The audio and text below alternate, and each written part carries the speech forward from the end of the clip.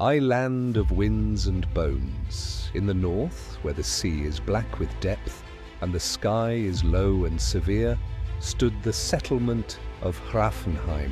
Wooden longhouses clung to the earth as if afraid the wind would carry them out to sea.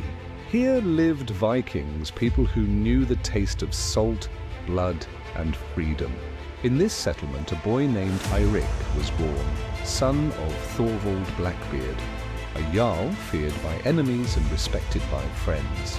It is said that on the night of Eirik's birth, the northern lights flared over the fjord, and an old seeress whispered, "This boy will walk between gods and men, but his path will be strewn with loss, too."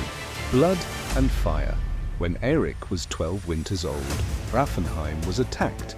These were not Franks or Saxons, these were Vikings from the south, exiles who had lost their honor. The village burned.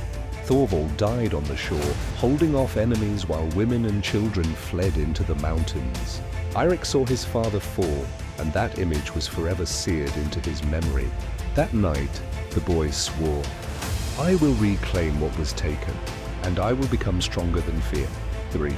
The warrior's path. Eirik was taken under the wing of Skjald One-Eye, an old berserker who had fought for Thorvald's grandfather.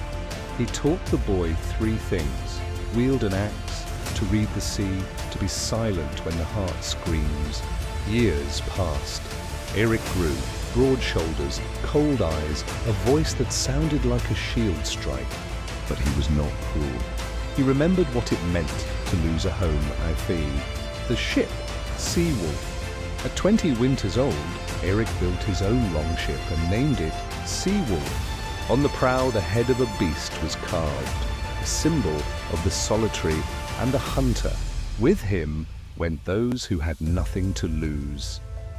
Halfdan the Laughing, a warrior with a poet's soul. Ingrid, red-haired, a shield maiden who feared no one. Bjorn Stoneheart, silent as a mountain. They sailed to the shores of England, Francia, Ireland. But Eirik sought not gold, he sought names. The encounter with the gods. One day, a storm tore the sky. The Seawolf nearly sank. Eirik, tied to the mast, cried out into the wind, "Odin! If I am to die, take me now." In response, lightning struck nearby, but the ship survived. After that night, Eirik began to see dreams. Ravens, the world tree, a man with one eye. He knew the gods were watching, his vengeance. Many winters later, he found those who had destroyed Hrafnheim. Now they were a strong clan with their own jarl. The battle was fierce, the snow turned red. Eirik met the jarl face to face. A blow, another, silence. Vengeance was complete.